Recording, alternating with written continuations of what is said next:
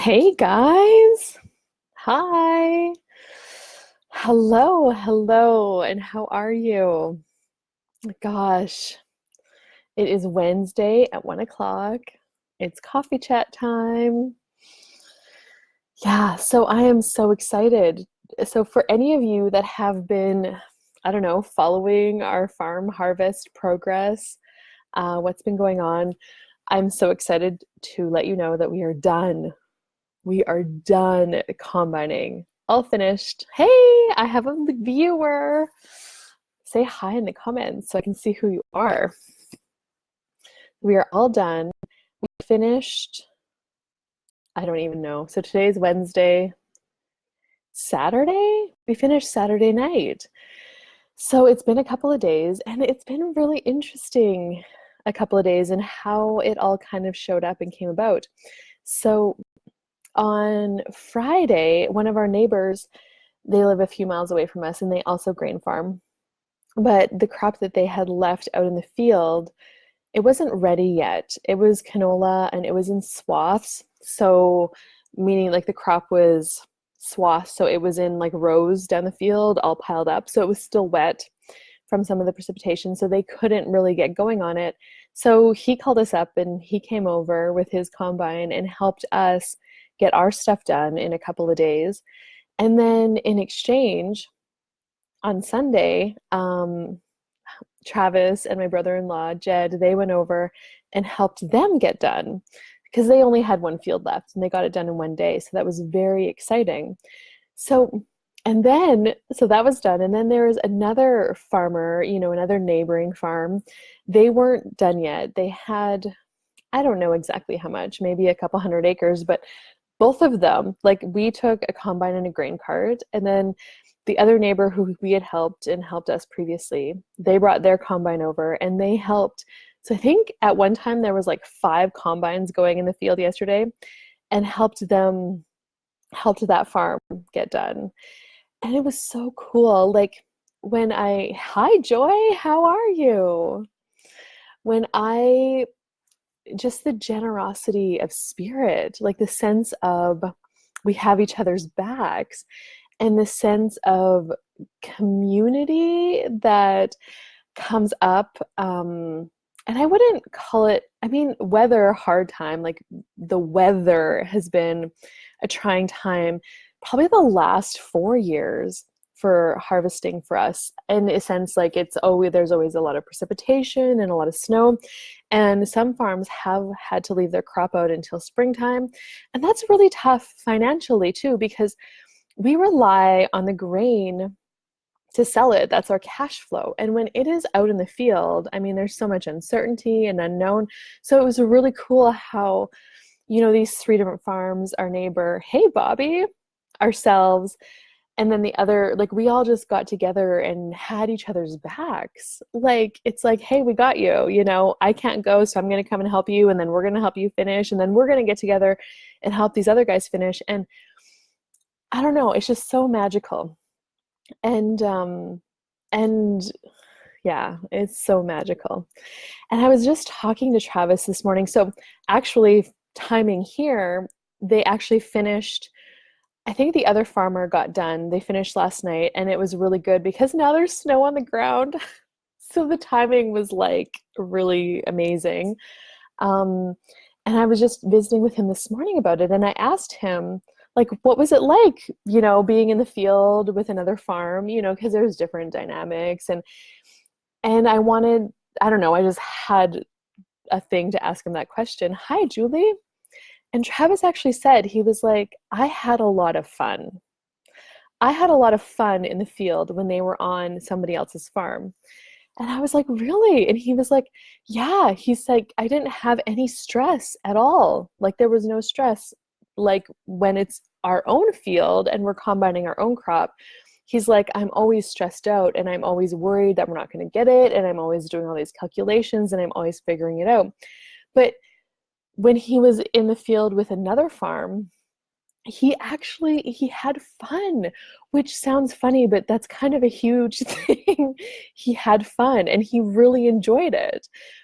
And I was like, I was just like, wow, that's so amazing. And it was so cool that that he acknowledged that, because that is a conversation that him and I, that he's been open to having with me over the last month or so, because it has been trying, and he has been asking the last couple of years to farm without stress. Like, and it's gotten better, for the most part, but there's always still that underlying, worry and anxiety. And he got to have a sense of that when he was in somebody else's field. Like, he could sense the fun again without the stress.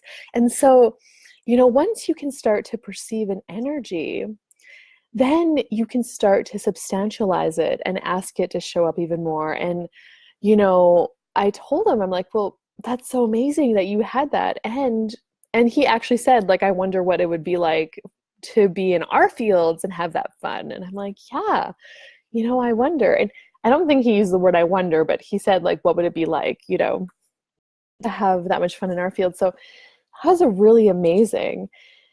And I kind of like, so my father-in-law, Travis's dad, died in 2013. And and then all of a sudden Travis kind of, I don't know, lost direction. He didn't have, like, I guess he was kind of living his life in alignment to his dad's dreams, and they were working together on the farm. And then when you lose um that person that gives you kind of a purpose to your life, you know he he has said, shortly after, like a few years after that, he said, like, I don't even have the drive anymore, like I don't even really know what I want to do. So he's had to kind of energetically go through this and figure it out, or really get clear on what brings him joy and what makes him happy. And so even though all, like, there were some times for the summer where he's like, I don't want to farm anymore, I hate farming, it's stupid, there's that, but there's also something there that's keeping him connected, and the drive. Because I've even, in those times when it would get that, I would look at him and I would say, we don't have to. Like, if you really don't want to, we don't have to. We can literally go anywhere and do anything. And so I'm not aligning and agreeing with him, but I'm trying to give him space also to figure out what he would like. And so he was really excited that he had fun farming. And that's really exciting to me too.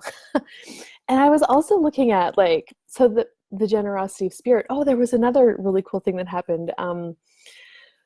We have our grain dryer in St. Walburg, and then we have another farm in Turtleford. Well, it's not another farm, it's essentially our farm, but it's kind of another area of land. And it's like a 40-minute drive from farm to farm. And we have some wheat that, it's not dry, but it should have some sort of air on it.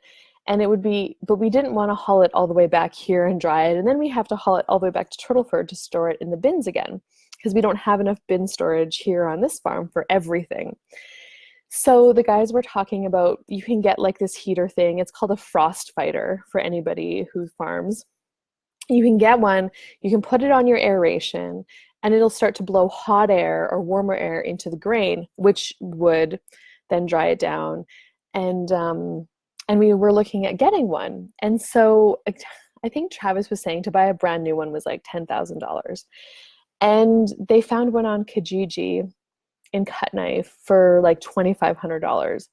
And they were actually going to go pick it up yesterday, but they didn't, because they moved grain, and then they were going to go out to help this other fellow finish harvesting. Didn't get to Cut Knife to pick it up.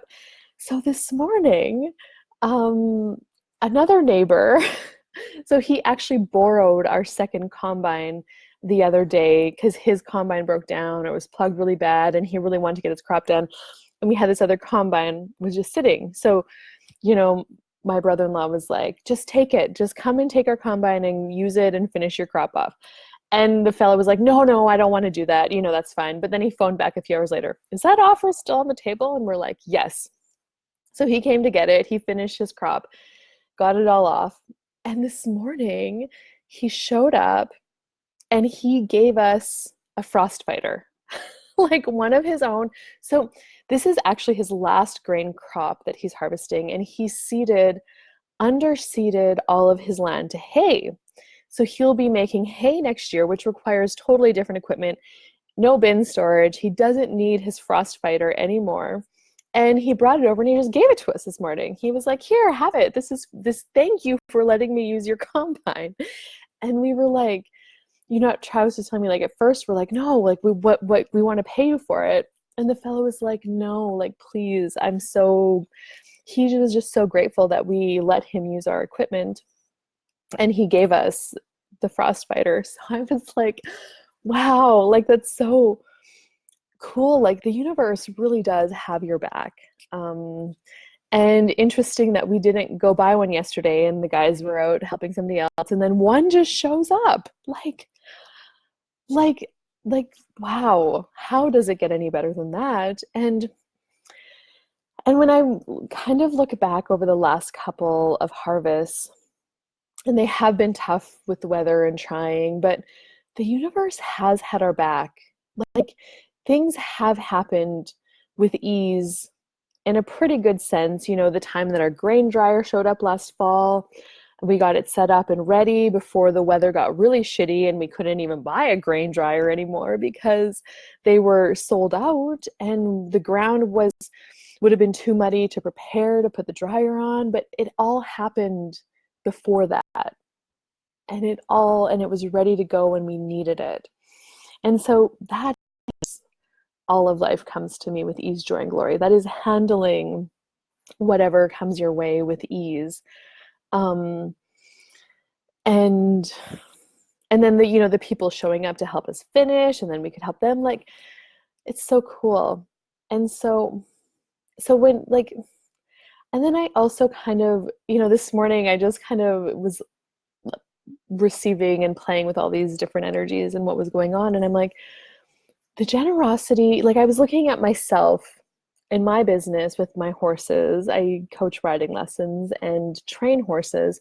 When I'm working with clients, like I'm so generous with them. Like I have that, not generous whatever, but I have that generosity of spirit with them where I'm always like their cheerleader, and I'm like, you can do this no matter what. Like you can, and I have their back, and I'm willing to just be there for them, like in a lesson, and even energetically when we're not in lessons, they have questions or whatever.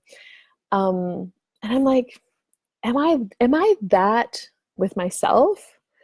Like to the degree that I'm that with other people, am I that generous with myself?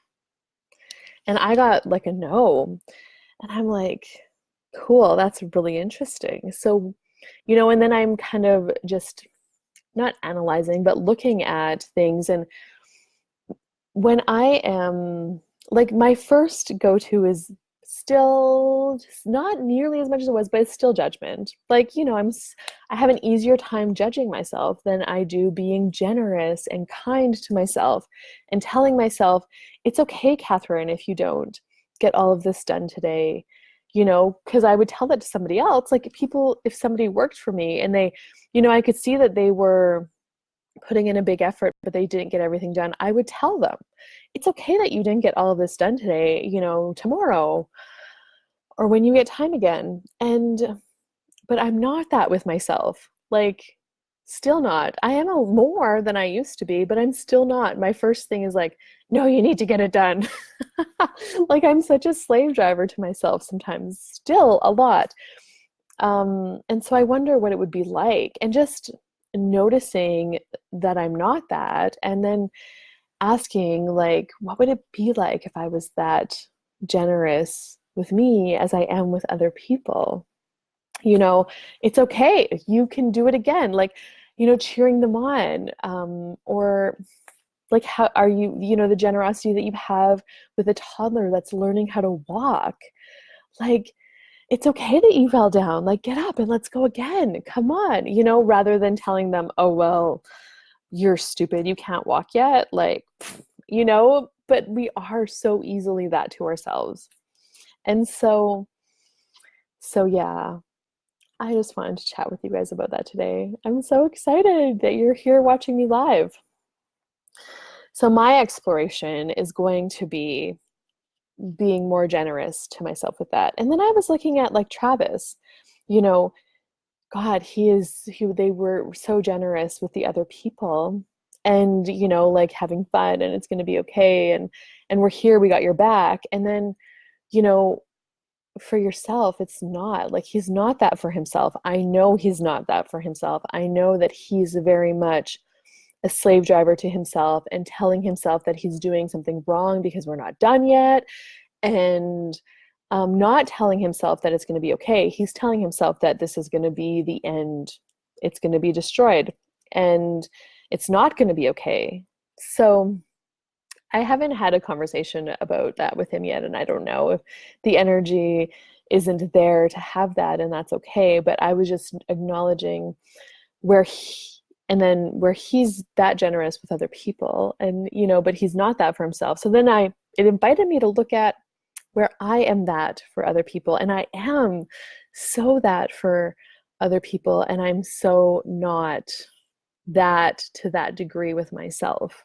So being more generous and kind with me and my business and what I'm choosing. So yeah. Thank you guys. Thank you so much. And I would like you to know that, so kind of these coffee chats are just kind of to tell you about what's up in my world and how I'm using the tools or, perceiving and yeah, using the tools and how things are changing. And if you have any questions or any suggestions or things that you would like more information about or to chat about, let me know. Send me a Facebook message, comment on the post. I would love to know. So anyway, have an amazing rest of your day, guys. Hi. Oh, yes. And I really love hearts. Like, I love hearts. I love to receive hearts on my Facebook Lives. They make me really happy. And so do thumbs. I mean, it's all just amazing. All right. Have an amazing rest of your day. And I will see you guys later. Sometime, somewhere. I wonder when that will be. And bye-bye for now.